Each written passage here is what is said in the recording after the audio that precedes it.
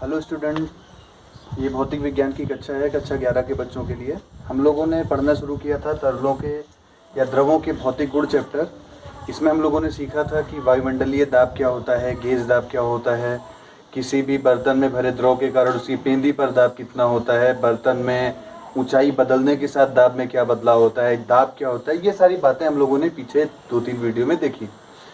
आज हम लोग उसके आगे की बात करेंगे। ये पीछे से ही कनेक्टेड है। जब हम लोग पढ़ रहे थे वायुमंडलीय दाब क्या है, तो मैंने आपको बताया था कि वायुमंडलीय दाब नापने के लिए हम लोग जो डिवाइस इस्तेमाल करते हैं वो है बैरोमीटर। आज हम लोग बैरोमीटर के बारे में पढ़ना शुरू कर रहे हैं। बैरोमीटर नाम से और इसका काम भी जान लीजिए कि ये एक ऐसी डिवाइस है, ऐसा उपकरण है जिसकी सहायता से हम किसी स्थान पर वायुमंडलीय दाब निकालते हैं। स्ट्रक्चर कैसे होता है ज़रा ध्यान से देखते हैं। एक बड़ा बर्तन होता है चौड़े मुंह का, इसमें पहले से पारा भरा होता है। पारा भरा है, एक हम परख नली लेते हैं, टेस्ट ट्यूब में एकदम मुंह तक पारा भर लेते हैं। भरी हुई टेस्ट ट्यूब के मुंह पर हम अपना अंगूठा लगा के इस टेस्ट ट्यूब को ला के पलट देते हैं। जो ये पारे का बड़ा बर्तन है, इस तरह से पलटते हैं कि इसमें हवा अंदर ना भरने पाए, वैक्यूम ना बनने पाए। तो क्या होगा, जब आप पारे की जस्ट पलटेंगे इस बड़े बर्तन में, तो पारा अब पूरा भरा तो रहेगा नहीं। क्यों? क्योंकि कुछ पारा अब दोनों साइड में शिफ्ट हो जाएगा, और इस शिफ्ट होने के कारण अब ऊपर का कुछ इलाका वैक्यूम बन गया, निर्वात हो गया यहाँ। अब जरा ध्यान से समझते हैं। हम 3 अलग अलग पॉइंट लेते हैं। एक पॉइंट यहाँ पे ले लेते हैं, पॉइंट नंबर ए। एक पॉइंट यहाँ पे ले लेते हैं, पॉइंट नंबर बी। एक पॉइंट यहाँ पे ले लेते हैं, पॉइंट नंबर सी। अब इस चीज़ का कोई काम नहीं है। आई होप पहला आपको बैरोमीटर का बेसिक स्ट्रक्चर समझ में आया होगा कि ये होता कैसे है। अब पॉइंट नंबर ए और बी को अगर हम ध्यान से देखें तो पॉइंट नंबर ए और बी एक ही तल पर स्थित है। एक ही तल पर स्थित होने का मतलब है कि दोनों बिंदुओं पर दाब बराबर होगा। First requirement, pressure at A is equal to pressure at B. क्यों? क्योंकि आपको पता है प्रेशर हाइट पे डिपेंडेंट है। पहले वीडियो में मैंने बताया था P डायरेक्टली प्रोपोर्शनल H। दोनों हाइट सेम है, चाहे डेप्थ से देखें या हाइट अपर साइड से देखें, तो ए और बी सेम हाइट पे है, इसलिए pressure at A pressure at B के इक्वल होगा। सेकेंड पॉइंट देखें, बी पर जो टोटल प्रेशर होगा वो किसके बराबर होगा? जो ये पारे का स्तंभ बना है इसके कारण दाब, और पॉइंट नंबर सी पर जो एक्स्ट्रा प्रेशर है।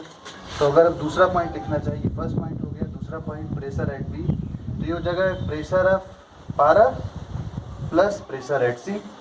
अब चूंकि मैंने बताया था कि सी के ऊपर का सारा भाग निर्वात हो गया है, तो यहाँ पर कोई दबाव होगा नहीं, और पारे के कारण था, पहले वीडियो में हम लोगों ने सीखा था एच हाइट के कारण एच डी जी होता है, और सी निर्वात होने के नाते सी पर प्रेशर 0 होगा। दैट मीन्स हमको सिंपल सा फंडा पता चल गया, pressure at B is equal to H D जी।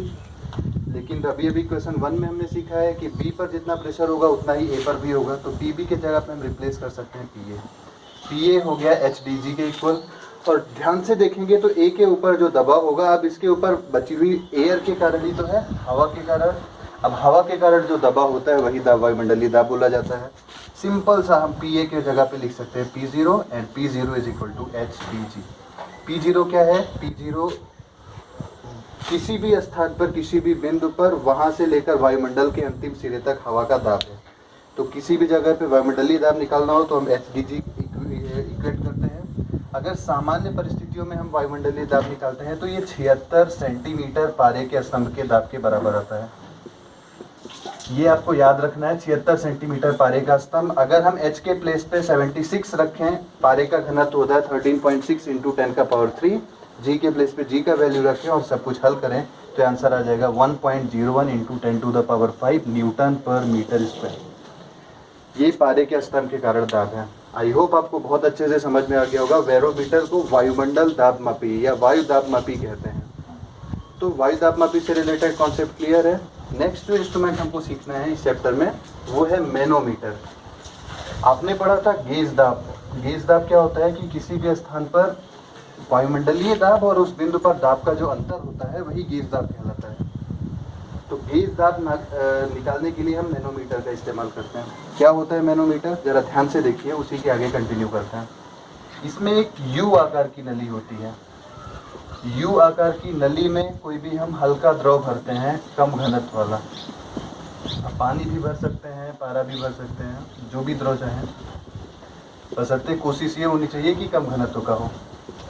इसके पहले खुले मुंह पर हम एक बर्तन लगा देते हैं, जो भी आप लगाना चाहें, लेटर सपोज ए। दूसरे मुंह को हम स्वतंत्र रखते हैं।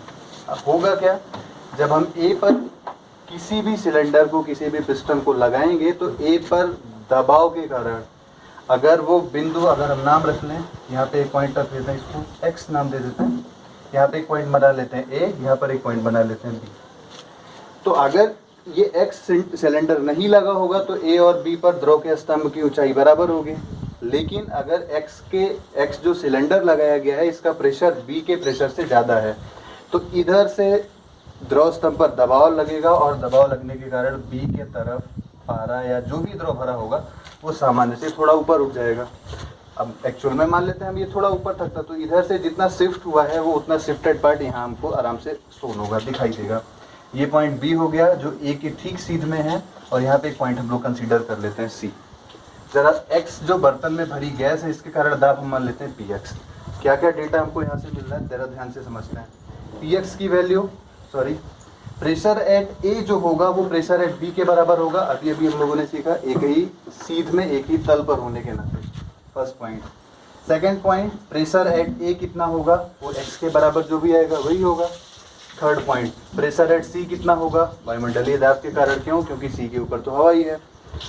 अगर हम प्रेशर एट बी निकालना चाहें तो बी पर प्रेशर कितना होगा, जो ये एक्स्ट्रा हाइट है एच, इसके कारण दाब, प्रेशर ऑफ द्रव और प्लस प्रेशर एट सी, सी पर जो भी दबाव होगा।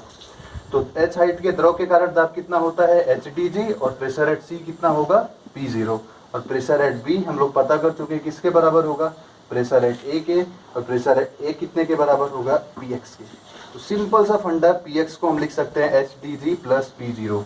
अगर हम पी जीरो को साइड में शिफ्ट कर लें तो P X minus P zero is equal to H D and G. आप लोगों ने गेज दाब पढ़ा था। गेज दाब किसको कहते हैं, किसी भी स्थान पर दाब और वायुमंडलीय दाब का जो अंतर होता है वही अंतर गेज दाब कहलाता है। गेज दाब भी एच डी जी के बराबर होता है, जहाँ पे एच क्या है, दोनों यू आकार की नलियों के बीच में जो द्रव स्तंभ की ऊंचाइयों का अंतर है वही गेज दाब है। आई होप आपको ये वीडियो अच्छे से समझ में आ गया होगा। नेक्स्ट पॉइंट में हम लोग सीखेंगे कि पास्कल का नियम क्या है और पास्कल के नियम पे काम करने वाले दो महत्वपूर्ण उपकरण। पास्कल के नियम पे दो महत्वपूर्ण उपकरण जो आपके सिलेबस में है, एक है हाइड्रोलिक लिफ्ट और एक है हाइड्रोलिक ब्रेक। द्रव चालित लिफ्ट और द्रव चालित ब्रेक आपको पढ़ना है, ये हम लोग नेक्स्ट वीडियो में देखेंगे। आज का वीडियो यहीं पे समाप्त होता है, अगले वीडियो के लिए हम लोग फिर से बात करेंगे।